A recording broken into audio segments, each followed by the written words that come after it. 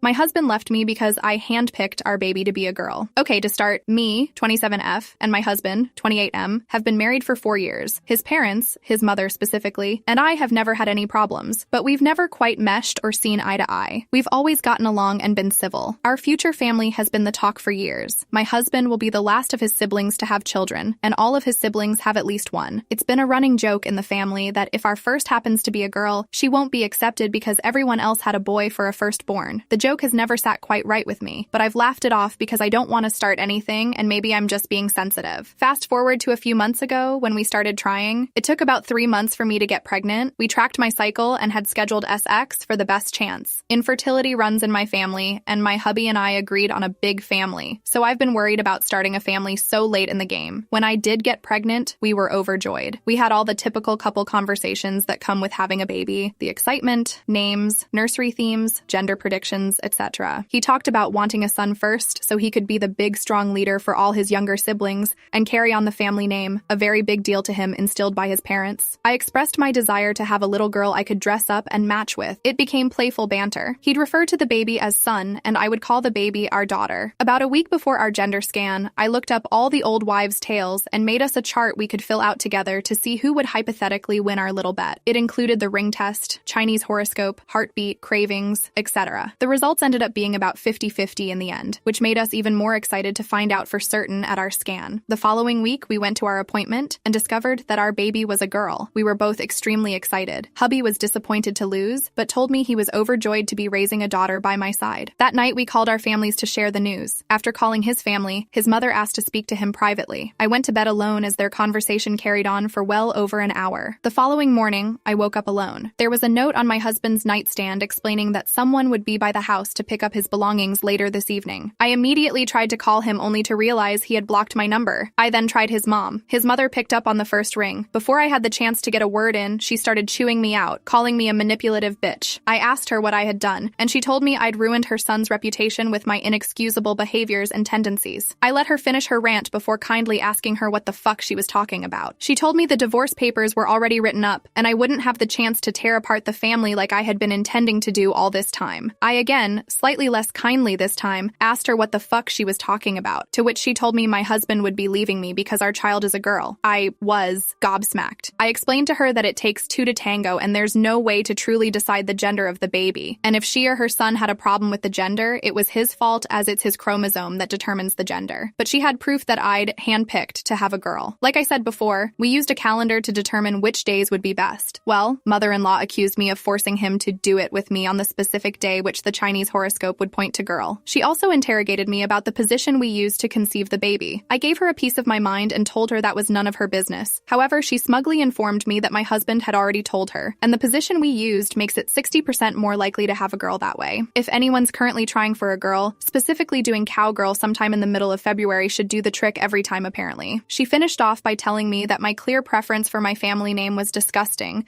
and she was glad to finally be rid of me and my manipulative ways before hanging up. I've had no contact with my husband since, and it's been over a month. He's blocked me on everything. I can't help but feel that this hasn't all been his choice. But then again, he's a grown-ass adult, so I can't imagine his mother controlling him like that. I've been staying with my sister since it all went down. She says I can stay as long as I need, but I'm thinking I want to get my own place, maybe even a few states away. What do I do? Should I pack up and move on? Should I keep trying to contact my husband? Any advice would be appreciated. Update. Thank you all for all the love. It means so much to me right now. I'd also like to add that I've seen a few comments about my story being copied. It breaks my heart to think of anyone else having to go through something similar. My heart goes out to them. Also, I should have mentioned earlier that I had a gut feeling to record the call with my mother-in-law, so I have all of that on hand if it's needed in the future. I'm planning to try catching my husband on his way out of work sometime next week. I'd like to hear his side of the story. I've decided, however, that if there is any saving our relationship, I'll change my last name back to my maiden name, and our daughter will take my last name, or at the very least, have a hyphenated name. Call me feminist or whatnot, but it will be non-negotiable. I'll also be requiring many boundaries between me and his mother, and she will not be in my child's life until she can find it in her to apologize to me sincerely and change her attitude towards us. Update. Wow. I honestly haven't been on Reddit at all since my last update because, well, growing a human is hard as it is, and then add my crazy life on top of it. But after getting hundreds of emails from Reddit today, I realized it must have been shared somewhere else to be blowing up like this. Now that there are so many of you, I figure I owe you all an update, so here it is. Hopefully, I can get this all typed out in a way that makes sense. Even though it's been a few weeks since this all went down, I'm still in shock, and I haven't been able to collect my thoughts. Let's just blame it on the pregnancy brain and pretend that my life isn't falling apart before my own eyes. I was able to catch my husband as he was leaving work one night and got his side of the story out of him like I had hoped. As suspected, he admitted that he was excited for a baby girl, and after speaking to his mom, she forced him to leave and block me. His mother already had the divorce papers ready to go. I tried to tell him that we could fix this. We could raise our daughter together, away from his mother. I know I sound messed up in the head and naive for this, but I grew up in a household without a father figure, and I was hopeful my daughter could have a different home life experience than what I had. Not to discredit my mother. She's a badass woman, and I hope I can be half of the woman she is for my daughter one day. Anyways, my husband wanted none of it. He said that he realized how conniving and manipulative and abusive I had been throughout our entire relationship, and he did want to actually go through with the divorce. He said he'd have no problem giving me full custody of the thing that's growing inside of me. That's when I lost all hope. Fuck him. I have no problem leaving a man who's so easily brainwashed by his mother like that. I'll raise this baby alone. That's bad enough. But here's the real icing on the cake. I received a phone call from my soon-to-be ex-husband's brother's wife. We've always been quite close, and she's been my saving grace throughout my pregnancy, giving me all the tips for nausea, etc. She has 3 of her own, 2 boys and a girl. Anyway, she informed me over the phone that she overheard a conversation at their weekly Sunday dinner that my mother-in-law and husband are trying to blindside me in court and take full custody. I was livid, full-on seeing red. I called my mother-in-law straight away and demanded to speak to my husband. All he had to say for himself was that he realized he didn't want any of his offspring to be raised by such a manipulative freak, and even though he doesn't actually want her, he's sure he can grow to love her again. I'm not sure what to do at this point. I know I have a good case for myself, but I'm fucking terrified they'll win the battle and take everything from me. It brings tears to my eyes thinking about my daughter growing up somewhere where she isn't loved. Even if custody is split 50-50, I'll have no control over the lies they're guaranteed to feed her. My emotions are going haywire trying to write all this out, so I think I'm going to leave it at that. Thank you for all the love and support you all have shown me and my baby girl. The internet can truly be an amazing place. Edit. Adding that my brother-in-law and his wife are planning on leaving the family dynamic